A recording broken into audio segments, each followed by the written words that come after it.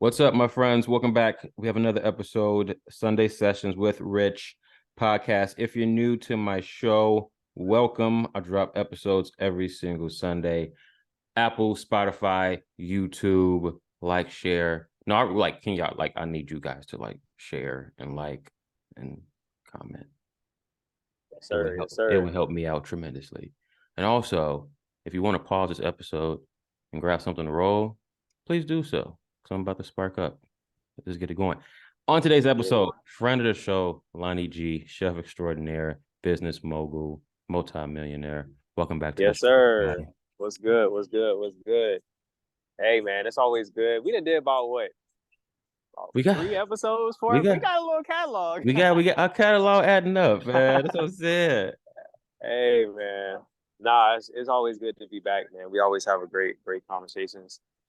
Shout out to Richard, man. I've been seeing him consistent on his pod. Like, he really been locked in, you know what I'm saying? Like, really, really, really proud. You know what I'm saying? I'm always grateful, to join and discuss and learn, you know what I'm saying? As much as I get to share, I like to be able to learn too, so I'm excited for it. Let's get it. I appreciate you, brother. For those who don't know, let us know who you are and what you got going on. So my name is Lonnie G. A lot of people know me as vegan chef. That's what I've been working towards for the past 5+ years. Should be fire. Yeah, man. We be saucing up. I'm currently out here in Miami. From Atlanta. And, I've been working on building my career, expanding and different things like that, creating. I like to say now I'm starting to say like I'm a multifaceted creator who also knows how to cook, because I am into like some other, different interests. I also write, I do poetry, spoken word. Currently working on building my own podcast down the line. So some different things that I've been working on myself as well. But the culinary thing has been the main focus as of right now, so been booming, thriving.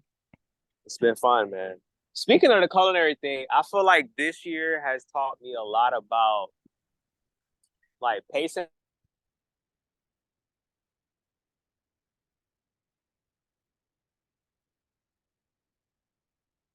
We have lost them, ladies and gentlemen. What is my, niche gonna really be? And I think this year I kind of been like figuring out like what is gonna be like what's my style. She would even be asking me like, "What's your signature dish?" I'm like, I don't really have like a signature dish. I like to have a variety of different stuff. Yeah, signature dishes.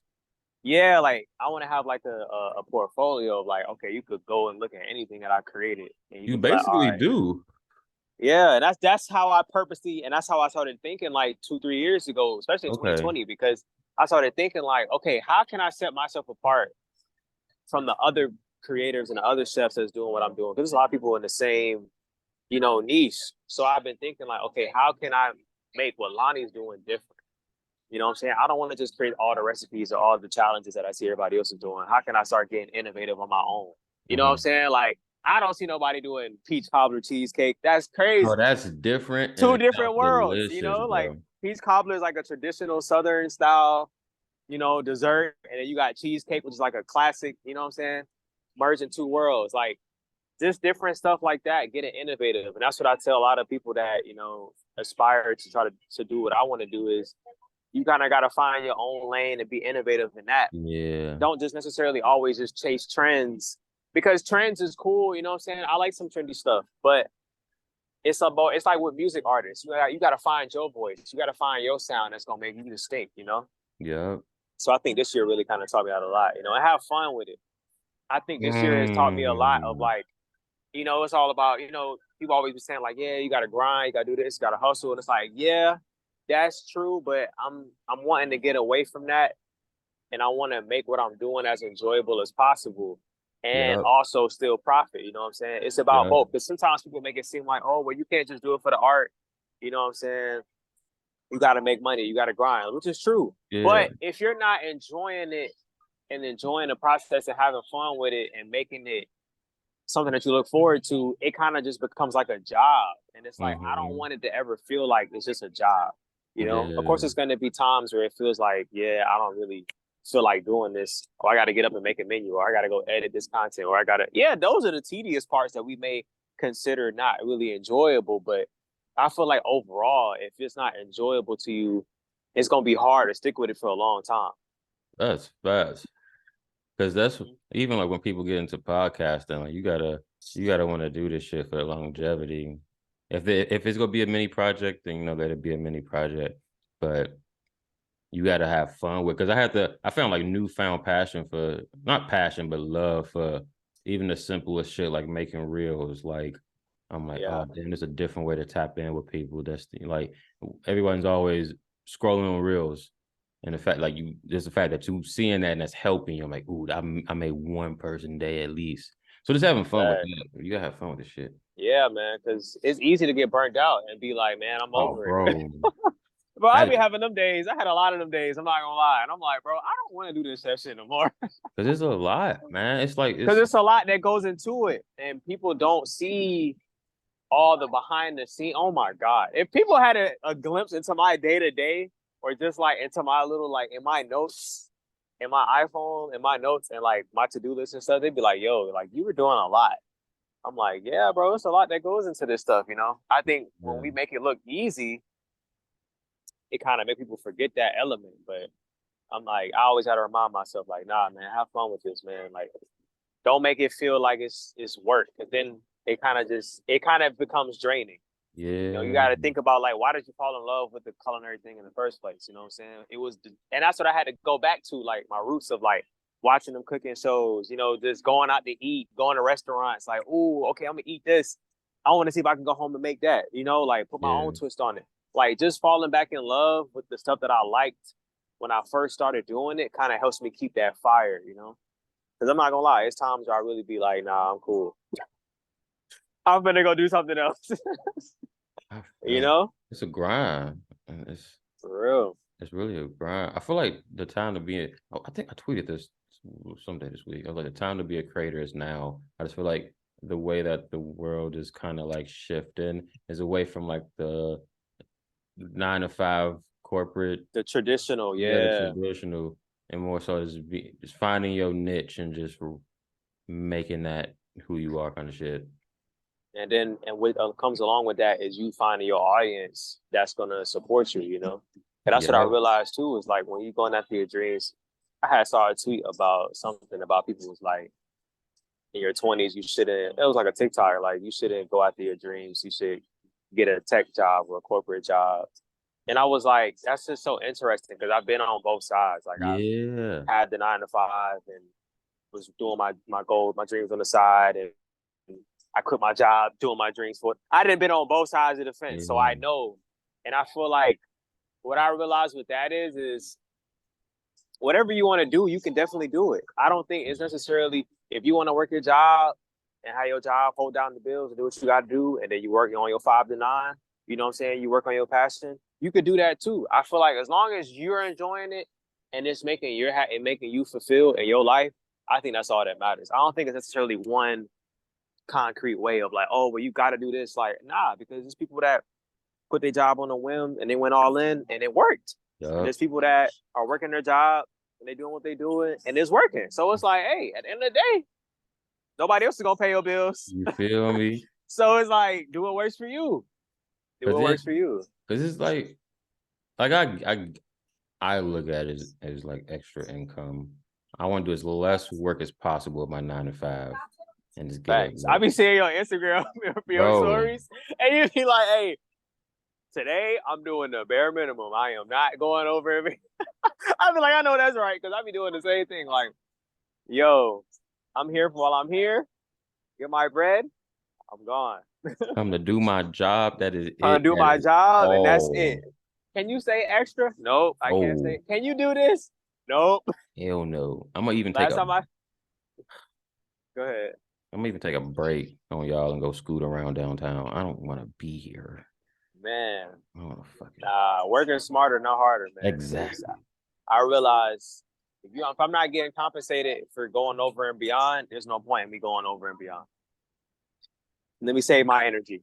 You feel me? Self-care, man. And then I know the hustle culture people be like, nah, but you gotta I'm like, bro, I don't want to climb the ladder. Hell no, I don't. The hardest workers stay later and do the. I don't want to do that. I want to work smart. Thanks. And it took me a while to realize that because I was the type of person like, oh, I'm gonna go over and beyond. You know And what I'm saying? And then I realized they wasn't really giving me the same. You wasn't giving me the recognition or the increase in pay for me going over and beyond. So I'm like, I'm not about to do all that. Let me save my energy. So when I get home, I have energy to want to do what I wanted to work on what I want to work on, you know? yeah, but then in that moment too, it's like, who is that benefiting? It ain't benefiting me. They ain't Benefiting benefiting you. me. I'm going home and more tired and you got more money in your pocket. Nah. But yeah, man, it's a balance though. Do what works for you. That's like been the motto I'm realizing. I know personally sometimes I kind of get in my bags where I be wanting to tell people like, oh, do this, do that, do this. But life is constantly showing me like the best advice is do what works for you. Yeah. Like I realize that even when I've done like consulting with people, like people that want to learn like how to go vegan and stuff like that. Mm. And I always hit them with that at the end. Like I gave you some gems, but you got to come up with your own system. You got to figure out like, okay, what's going to be my sauce? You know what I'm saying? What's going to be Yeah. my technique? Because people can only give you so much game, but ultimately you got to figure out how is it going to fit into your current lifestyle. Yeah. No, I agree on that one. That action, it's game plan and action. I don't know. Guys, if you're passionate about something, even if you want to do something, just don't do the excuses. Don't be like, I want to just execute. You have the big picture, but then do your action to allow it to manifest. All that airy fairy shit ain't gonna make it happen. Yeah, you got to still do the work. That's the biggest thing. People be asking me like, how are you doing all of this, or how do you do that? Or I'm like, yo, I get the ideas, get the vision, I write it down, and then I got to execute it. Mm-hmm. It's two sides of the equation. You know what I'm saying? I could just lay up all day, That's the easy but part. you know what I'm saying? I could lay up all day, but we still got to get things done. You know what I'm saying? We still got to put in the work that requires. Cause that's what I realized too. For different dreams, different goals, different work is required. The work does not also people. I think when people hear the word work, they think, oh, I got to work hard and bust my ass. That's not necessarily what work has to mean. The work Yeah. could just be I got to get up and send 10 emails today because that's what I need to do for today. That's still getting up and doing the work. It don't necessarily got to be something like physically demanding. You know what I'm saying? Yeah. Nobody's telling you to go out be in the sun. You know what I'm saying? It's just that But discipline aspect. it's the You gotta be discipline. Yeah, disciplined with this exactly. shit, man. Don't go into excuses and emotions. I don't feel like doing it. Well, treat it like if I don't do this, I'm not getting paid. Like it's kind of just had it kind of like had that mindset. I'm losing money if I don't do this. I'm losing Right. value. I think that's what going to the gym made me realize is like it's gonna be days when you don't feel like going. And I'd be like, man, Yeah. I really don't feel like going today. But just think about how you gonna feel after you get done. You like, yo, I'm glad I went. Like, I'm Exactly. feeling refreshed. I'm feeling charged up. Like, all right, bet. And it's like it gets easier the more you. That's what I realized with discipline. It gets easier the more you kind of just push through. When you always Mm-hmm. making excuses, it's like you kind of feel a little way. Like, It's I know I didn't get my hard. best. It hurts. Yeah, it's like, bro, push through. Because then over time, it's not even gonna be as hard. It That's what I won't. realized. It gets easier. People say, "Oh, life gets harder." I'm like, no, no, no, no. I think it gets easier because it's 100%. almost like climbing up a mountain. When you going down the mountain, that's the fun part. Mm-hmm. Getting started in the beginning is the hard part because you gotta like go up against all the resistance. Yep. When you coming down, it's smooth sailing because it's like you got the momentum on your side. It's like a snowball. It's Mm-hmm. like as the snowball is picking up, yeah, it's a little hard because it's like it's not really no momentum on it. But when that snowball keep going, now you got a big ass snowball. It's like, yo, discipline, Guys, if you eat, discipline, the gym teaches you absolute discipline. Because if you man. don't go in that bitch, you ain't getting the results. That's That's what it. that's what You that's can't what you can't shortcut that. bro. You You can't. cannot shortcut that. Nah, That's the that's one real. place. You You cannot shortcut cannot. that. Because if you don't go, then it's just like, hey, well, you looking at everybody else like, damn, they in the gym, they got the body that they want. It's like, well, they was in the gym, Put you in wasn't. hours. Hours. Right. I say the same thing with cooking. I tell people all the time. It's like one of my clients, I was telling them that did consulting with me. She was like learning, like, okay, I want to learn this, this, and this. I was like, okay, if you want to really get this cooking shit down packed, you need to get you 10 recipes, 10 meals that you like, and practice the hell out of them. Practice them a lot. That's what I did. I could give you like 10 recipes off the top of my head that I like. Chickpea curry, with quinoa, or sometimes jasmine rice, fried plantain. I also like to do an eggplant curry. Sometimes I might do that with jasmine rice and roasted asparagus. Eggplant lasagna, roasted asparagus. What's that? 3. I'll probably go smoothie bowl. Sometimes I like to do like a mango base with chia seeds. What's the name of might do a little sea moss in it, a little sprinkle of cinnamon, some fresh fruit on the top. That's 4 recipes off the top of my head. Get you a couple recipes that you like and then practice them all the time. Make them all the time. And I realized that's what helped me get really good at it, because I would just make those recipes all the time. I would just keep making those recipes. Before you know it, I got 10 recipes under my belt. I'm like, yo, this is easy. You know what I'm saying? So then you got that foundation, you got that confidence. Now you like, yo, I'm feeling like Bobby Flay. I can cook anything. I be trying to tell people like, yo, once you get them 10, you're good. So now you got 10 under your belt. You like, okay, this cooking thing is not really that hard as I thought it was. Yeah. Because you done did it so many times. Okay, now you can experiment and go try something new. Like, ooh, how do I make, I don't know, orzo pasta with, roasted vegetables and broccolini? Something a little bit more advanced. Now that you got 10 under your recipe, now you got 10 under your belt. It's like, okay, I could do that. That might be a little bit more challenging, but I could do it because I mastered these 10 recipes. Yeah. It's all the same thing. Like, the more you do it, it's just like the easier it gets. Like, your brain learns off repetition. You've been brushing your teeth for like 20 plus years on autopilot. Yeah. You don't even think about it. You just like, yeah, toothpaste. Your brain automatically knows.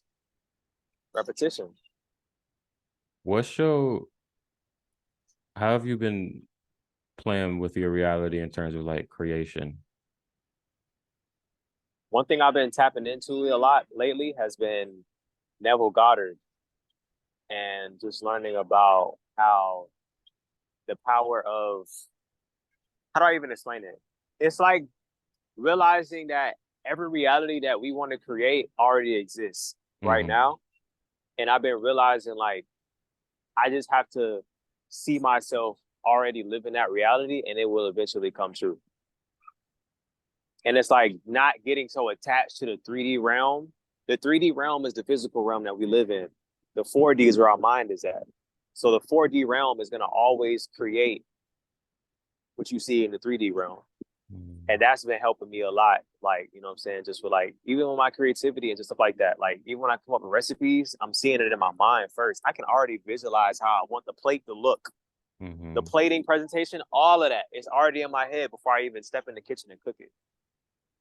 So I realized, like, just understanding like that, it's a game changer. Like, our minds are so powerful. Like, it makes creating more fun, because I even look at how people like make music, and how like Ye was saying, how like he can like see colors and stuff like that, and just like, it's just amazing like how all of this is going on in our heads before we even like create anything physically. But you got to already be living it in your mind before you expect to see it in the reality. It's crazy, man. You got to project that shit. Take like 5 minutes out of your day. And even like, it's little shit, like even like the way you talk. Like, even if you're talking to yourself out loud, like, self-talk. Self-talk. Yes, talk on that. Just scripting it. That goes a long way too. And that's why I had to catch myself sometimes, and I be telling myself stuff. Like, I'm like, bro, you gotta think about it. What you're telling yourself on a regular is what's creating your reality. You know what I'm saying? Don't be saying stuff like, oh, I can't do this, or it's like, it's even the smallest things, like, I can't do this, or this is too hard, or this is like, you're subconsciously telling yourself like, oh, okay, that's a limit for us. So we can't do that. It's crazy. And I see other people sometimes and I be having to tell them like, yo, like, don't say that to yourself. You know what I'm saying? Look at yourself in the mirror. I'm like, I'm him. You know what I'm saying? Like, I'm confident. I'm strong. I'm creative. I'm talented. I'm the greatest. Like, even if you don't believe it, over time, if you keep telling yourself that, you're going to start believing it. You're going to be like, I'm really him for real. Like, hold on now. Like, it's crazy. Like, and the reverse for other stuff. Like, people, if you're always telling yourself, like, oh, people don't like me, or people are always treating me like this, or I always get the short end of the stick, you telling yourself that, that's going to become your reality eventually. And then you're going to end up in situations where you always getting the short end of the stick. That's why I always tell myself, everything always works in my favor. That's my number one favorite affirmation. Regardless, it don't matter what the 3D look like. It don't matter what situation I'm in. It's always going to work in my favor. And that mindset has gotten me out of so much like situations where I thought my life was like over, or I thought, you know, I wasn't going to get out of something or overcome something. I'm like, bro, relax. It's going to work out. We're good. It's going to work out. And it doesn't mean that you dismiss how you feel or you dismiss what your emotions. Cause I think people hear that and they might think, oh, I'm just supposed to not feel how I feel. No, that's not what I'm saying. Yeah. You feel how you feel, but in the back of your mind, you know, I'm going to be good regardless. Yep. That's the perspective. Like, you know what I'm saying? Emotions is like clouds. They come and they go. Mm-hmm. But don't get attached to them. You know what I'm saying? Like, I might be mad or angry. Yeah, I might be mad or angry, pissed off for a little bit. Like, damn, somebody cut me off in traffic. I'm late. You know what I'm saying? All right, I'm pissed for like 5 minutes, but in the back of my mind, I'm like, we good, bro. Don't get there. The negative it's those little tweaks. That self-talk. It's the scripting. I love it. I love doing it. It's a cool little game. Guys, it really is. No negative self-talk either. Yeah, man, it goes a long way. Like, I realized that. And sometimes what I remember Gary Vee said this. He was like, the voice in your head, most of the time, is not even your own voice. It was usually something that you picked up from childhood, your parents, or whatever. And it's true, because when I take a step back and I look at like some of those like thoughts that I would have about myself, oh, you're not good enough, or you can't do that, or you got to act like this, or you need to humble yourself. It's like, where did that come from? Like, that ain't how I think. Somebody told me that. And I had to start realizing, like, yeah, bro, you can't be letting those thoughts get to you, because that's not you, you know? That's not me. You choose how you want. And it's crazy because that's why I love music. Like, when I listen to like Ye or like Cole or like some of my favorite artists or like Larry June, and I just I pay attention to how they speak about themselves. It's like so fascinating, because it's like, it kind of makes sense why they are where they are, because they just speak so high of themselves. Yeah. And it's like, that's how you gotta be. Like, Ye really talk like he really the greatest to ever do it. And he gonna remind you every time. Like, you can't tell me nothing. Like, that song, you feeling bad, listen to that song. La, la, la, la, wait till I get my money. Like, come on, like, how you don't feel like confident or boosted like when you listen to a song like that? Facts. Like, I realize it's the self-esteem. Like, you know, it's like how you feel about yourself. All of that goes a long way. Even if it's people just like, oh, it's just a song, but it's like, nah, it's more than a song. Yeah.